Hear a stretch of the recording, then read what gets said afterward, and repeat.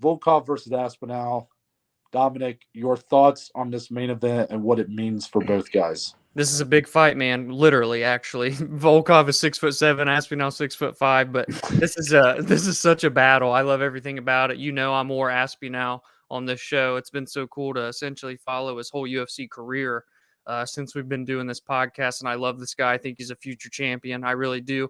But this is by far his biggest leap, his biggest test. Volkov's been there. He's been a Bellator heavyweight champion. He's got like 40 professional fights. He has an underrated 8-3 record in the UFC, by the way. We always feel like we talk about that when Volkov fights, but it's the truth, man. He's a puzzle because you don't see many other guys that are as long and as tall as him. When he puts it together, I should say when he's on. But when he loses, it's usually pretty convincing as well. But regardless, I think this is Aspinall's time to shine. They put him in this headlining spot for a reason. It's in London, where he's from. This place is going to be going nuts. This is going to be his 5th UFC fight ever. He's fighting number 6, and he's in a main event. It's a pretty big deal, man. I think this is going to be a stand-up war. Tom Aspinall is well-rounded. Don't forget that. But the way that the styles clash here, I think we're going to see stand-up for as long as it goes. Really could see finishes from either guy. That's why the odds are pretty close on this. Honestly, they've moved a lot because at the beginning of the week, Aspinall was like a plus 120. So it's reverted all the way to him being a minus 125. I love this fight so much, Noah. I was big on it when they converted to this one from what Aspinall's original opponent was. And I have no complaints, my man. Yeah, I love this matchup too, but actually for slightly different reasons, or I guess different predictions in my head for how it's going to go. I actually do think Tom Aspinall might try to use the full skill set. Not that I don't think he can't compete on the feet with Volkov, but I think it might end up being in his better interest to try to take that fight to the ground. Right. The most one-sided loss Volkov's had in his career was to Curtis Blades. I mean, Blades, that was a very tough loss for Volkov. Really showed nothing on his back.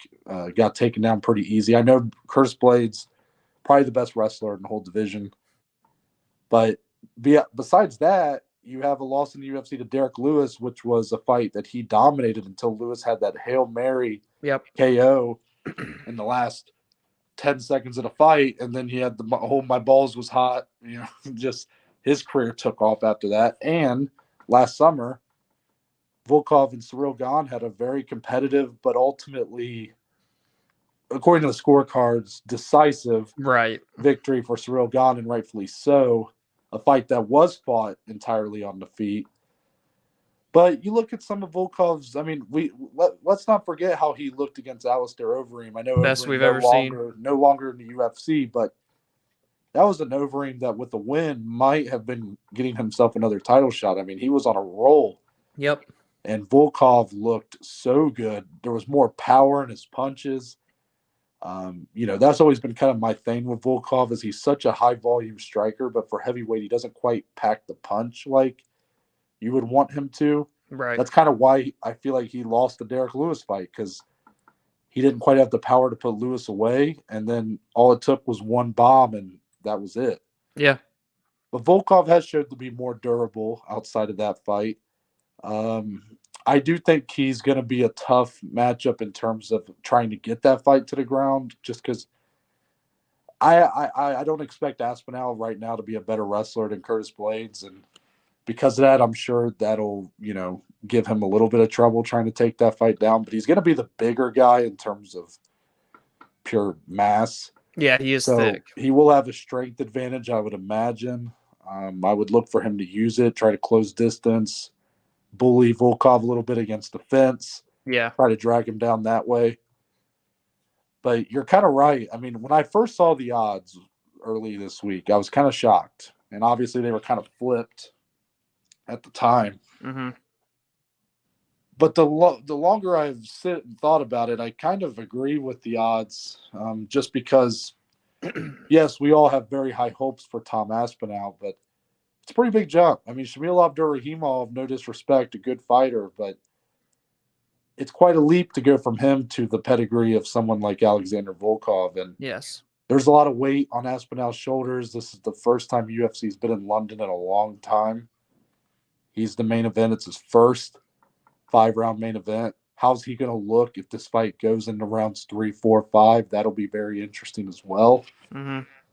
It's really a fantastic fight. And, Aspinall with the win, especially if he can do it decisively or even get a finish, really get the crowd on his side, he's going to find himself in the upper echelon of heavyweights. Oh yeah, it's funny too. I was listening to an interview with Brett earlier with Tom, and this whole kind of thing that I've respected so much about Tom is that he realizes how good he is, but how good he needs to be to compete with like these top 5 guys.